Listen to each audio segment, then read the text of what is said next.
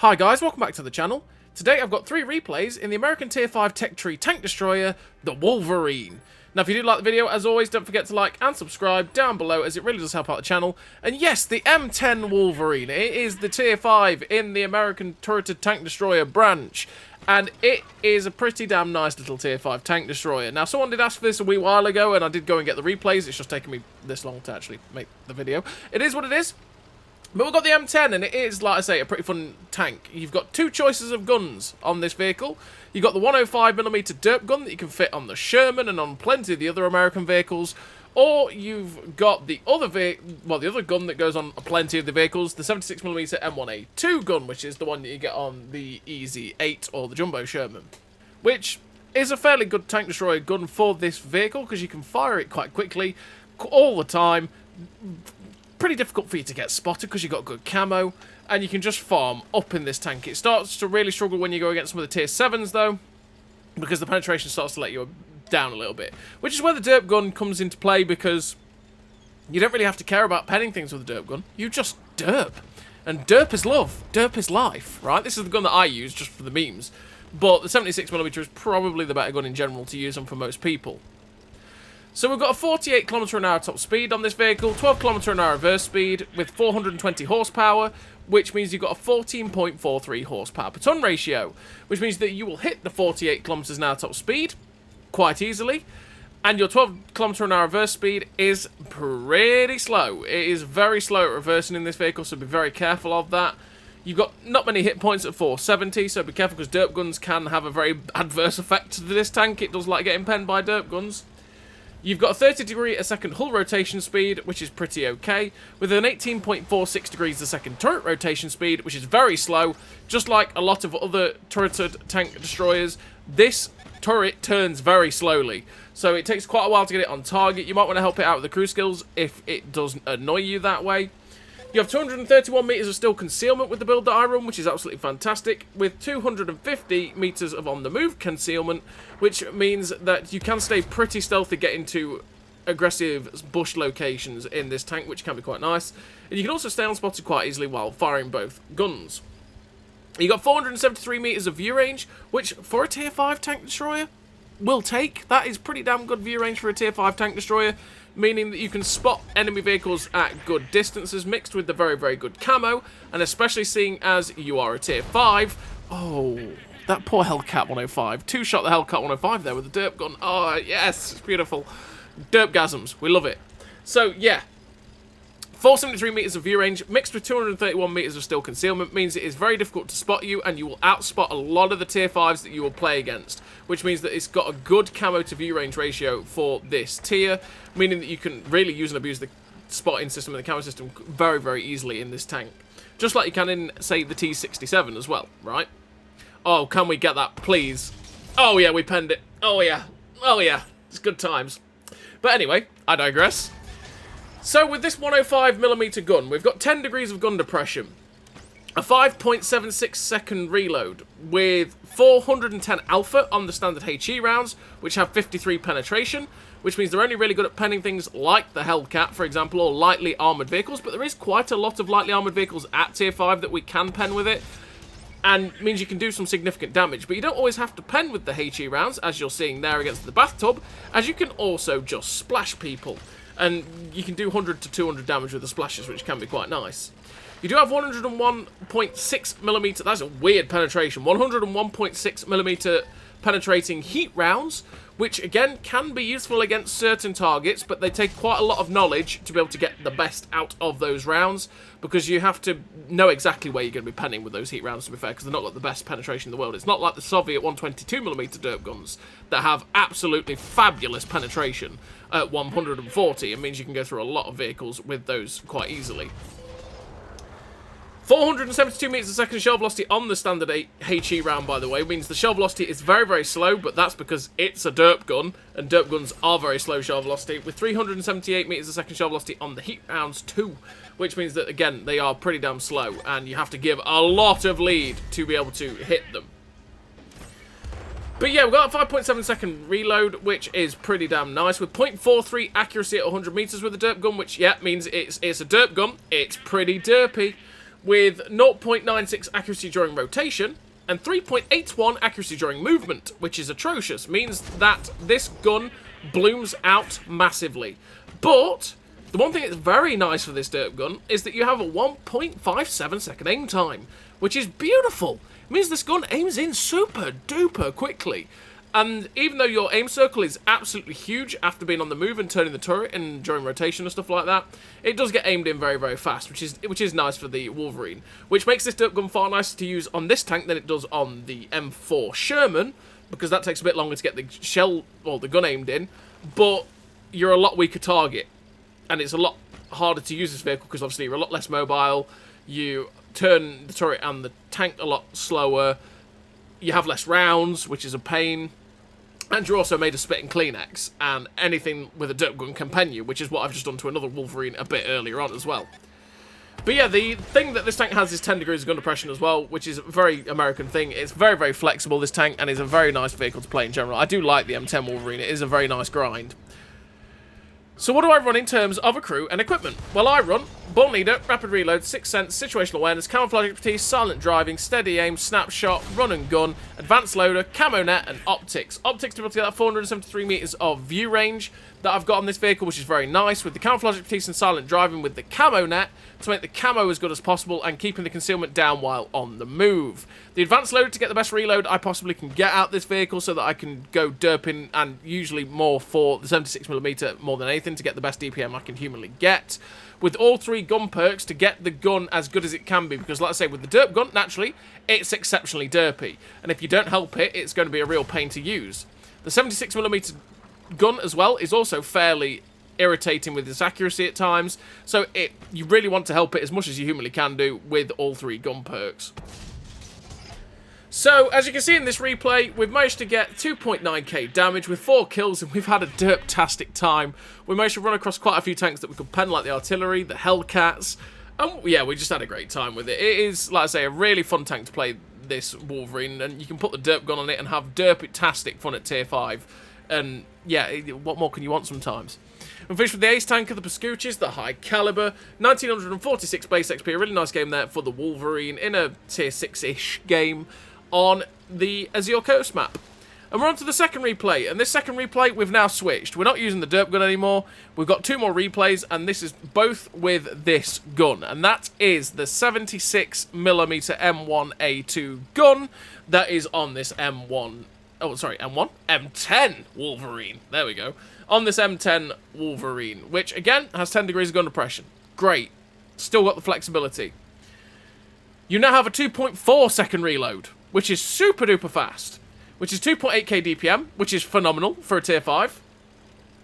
128 penetration on the standard AP, with 177 penetration on the premium APCR, with 792 meters a second shell velocity on the standard AP, which is really not very good, and 990 meters a second shell velocity on the premium APCR, which is only ever so slightly below average. So the APCR velocity is a hell of a lot nicer to use on this vehicle. The AP velocity makes this gun feel even derpier than it sometimes can be, which can be a bit frustrating at times. And especially when you get some of the tier 7 matches with 128 penetration, you sit there going, oh, I can't pen things, this is really frustrating. And you do have a bit of an ammo issue in this tank. It's quite often that you can end up running out of ammo, because you only have that 50 plus rounds, 54 rounds on this vehicle, which, because of how fast you fire, means you can run out pretty quickly. But as you can see, when tanks get caught in your line of fire, they disappear pretty quickly if you can pen them. And as you saw with the shooting at that KV-1, we can absolutely eviscerate him very, very fast. And because we've got that beautiful camo on this vehicle at 231 meters of still concealment, it means that we can also just stay on spot in so many positions. I mean, at the end of the day, tier 5, the average view range is very low, which means that having very good camo mixed with pretty good view range at 473, you can see people from far off, and they will struggle to spot you until they get quite close, and it can be a big asset for the M10 Wolverine. So this gun has that 2.41 second reload, like I say. It's also still got that 1.57 second aim time, which is glorious. Again, it aims in super duper quickly, which is very, very nice for the Wolverine. 0.31 accuracy at 100 meters. Again, is not the most accurate in the universe with all the skills, but it's also not the derpiest. It means you will hit most of your shots. You've just got to account for the bad shell velocity, essentially, and lead the shells quite effectively. But don't be surprised when it does miss, because it does like a good miss at times. And you sit there going, oh come on, gun. You know, it's one of those. You got 0.69 accuracy during rotation, which isn't too bad, but 2.73 accuracy during movement is really quite poor, and means that, again, the aim circle while you're moving does bloom out massively, but that is a thing that is very, very common to most tank destroyers, if we're honest. Usually they have decent accuracy during rotation, but it's during movement that their rotation absolutely, or their accuracy during rotation generally absolutely sucks. And it's one of the balancing features to stop them being more like medium tanks, because if this tank obviously was more accurate during rotation and movement, it has the mobility of a medium tank. It has 10 degrees of gun depression. It has a good rate of fire. It'd just basically be a medium tank, just without any of the armor, right? So, this second replay, as you can see here on Erlenberg with a 76mm, we've pushed quite aggressively, and this is where the camo and view range is very, very nice on the Wolverine. We're basically in one of their camping locations at F7. And we're just sitting waiting for people to get spotted and just farming up when they do. We're already at 981 damage, 84 assistance. We've won the hill. So now is the time to go spotting, because I think, you know what, actually, I've got good view range, right? I've got good view range, I've got good camo, so it's going to be a bit difficult for them to spot me, and I can also spot for my team that's now coming off the hill, possibly push up some good assistance damage on this map. That would be nice, because we don't have any scouts left, so we may as well use our camo like a scout and our decent view range. So we saw the artillery. I want to try and get rid of them if we can. We fire at it. Sadly, we missed because we didn't quite give it enough lead. And I really want to get rid of this arty if we can. There we go. We shut it down. Unfortunately, take a hit from the Stug 3G, who is starting to get farmed up on our right. We actually get some assistance from it. We bounce the guy there. That's very lucky. We are very lucky to bounce that guy, though, because, again, this tank doesn't have any armor. We just poke over the ridgeline, get a shot into the Cheeto, because it is a tier 6 game. And now we're out of AP rounds. We've got the APCR rounds in, because, again, like I say, this tank does tend to run out of ammo quite quickly if you get into a good firing position. And now we're starting to be shot at by the other artillery, and I'm like, okay, I don't want to die right now. I'm on 1,500 damage with 1,500 assistance. We were spotting that SU-100, who's getting farmed up by the people behind me. But I do have to be very, very careful, because that artillery was trying to shoot us, and I didn't want to die right now. But we're going to try and fire through the bushes, because I'm hoping by firing through the bushes here, these guys will not spot me. And there we go. The Jagdpanzer IV didn't see me through the bushes. The Brumbayer, he's not going to see me either, because once again, he doesn't have the best view range in the universe, and by shooting through concealment, we are improving our camo, as well as the fact that we already have very good camo. And we secured our 4th kill of the game with that 1,900 damage. We come around the corner, it's like, oh no, that's the SU-100. We flinched the shot into his tracks, which tracked him in place, stopped him from turning around to finish us off, and we secured our 5th kill of the game. I'm like, ooh, Top Gun, anyone? I'd like a Top Gun. We know where the artillery fired from, but I decide I don't really want to go after the arty yet, because, well, he could just end up shotgunning me. So I'm going to try and keep the buildings in between us, but I'm moving through the bushes to make it so that if there's anything that could be spotting me, it's going to be very, very difficult for it. We end up seeing the ARL-44 through the bushes. He doesn't see us, so I'm going to pull back to where I'm round the corner from the building, try and get some shots into his turret. So we put one shot in, and I'm going, aha, this is great. Oh right, and he ends up blind firing my bush, which is a very good shot, because naturally he just tracked back to where the shell tracers went and he just finished us off, which is a sad time for me, but we've still finished with the ace tanker, the high caliber, the scooches, with the 1,825 base XP. Pretty damn nice game there for the Wolverine, and that was just one of those moments where I was like, aha, it's time to start farming. Oh, as he blind fired me through the bush, but it was a fairly obvious place to be, and because he knew where the shell tracer came from, sad times. We're on to the third and final replay of this video, and we're again with the 76mm on this Wolverine, and we're on this map, which is Hellfire Pass. And on Hellfire Pass, where I want to kind of go is to the position at G7 if I can, because I can get there, turn around, shoot the people as they go up the F and 6 line, because a lot of people try and go to the little hilly spot next to the cap. And I can, basically, if I go to J7, I'm in a very good position to be able to counter them, get free shots, all that good stuff.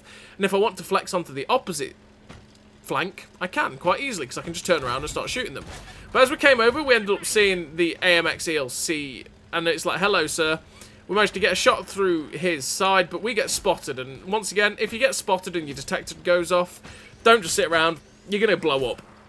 And especially in a Wolverine with no armor, you're definitely going to blow up. I mean, that Stewie 33B, for example, both of those guys, they will just go, Hachoo! And I will go, kaboom! And cry. Because it's what happens when derp guns look at the Wolverine.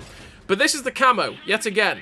These guys couldn't see me until he finally moved out of concealment and we finish him off. And in fact, it wasn't even those guys that spotted. It was actually the medium tank poking around the other side as we fired. The T-34, though, is completely just decided to go full send. So we finish off the T-34. And I decided, okay, I've seen shell tracers.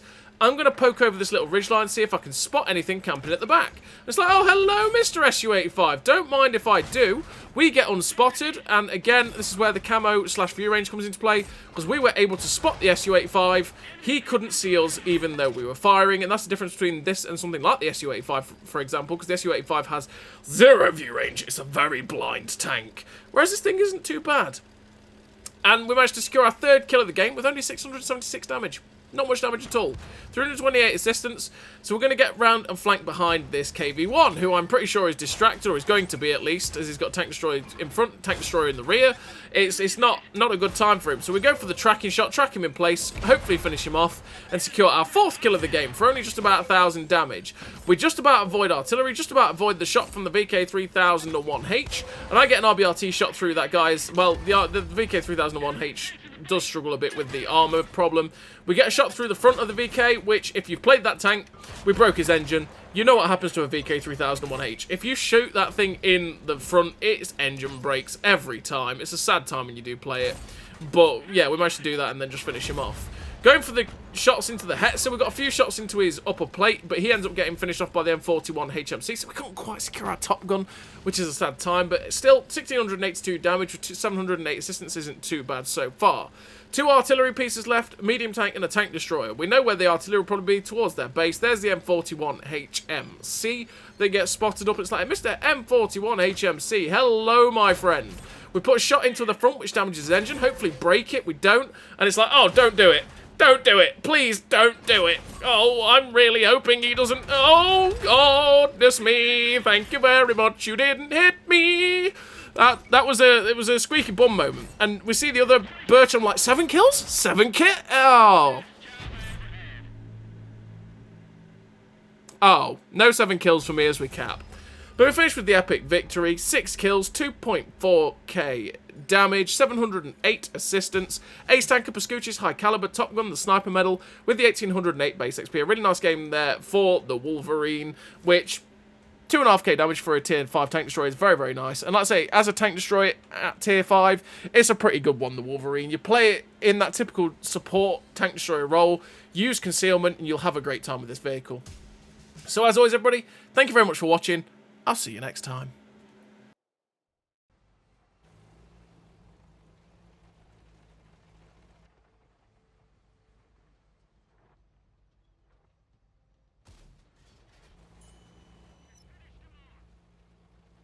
A great success.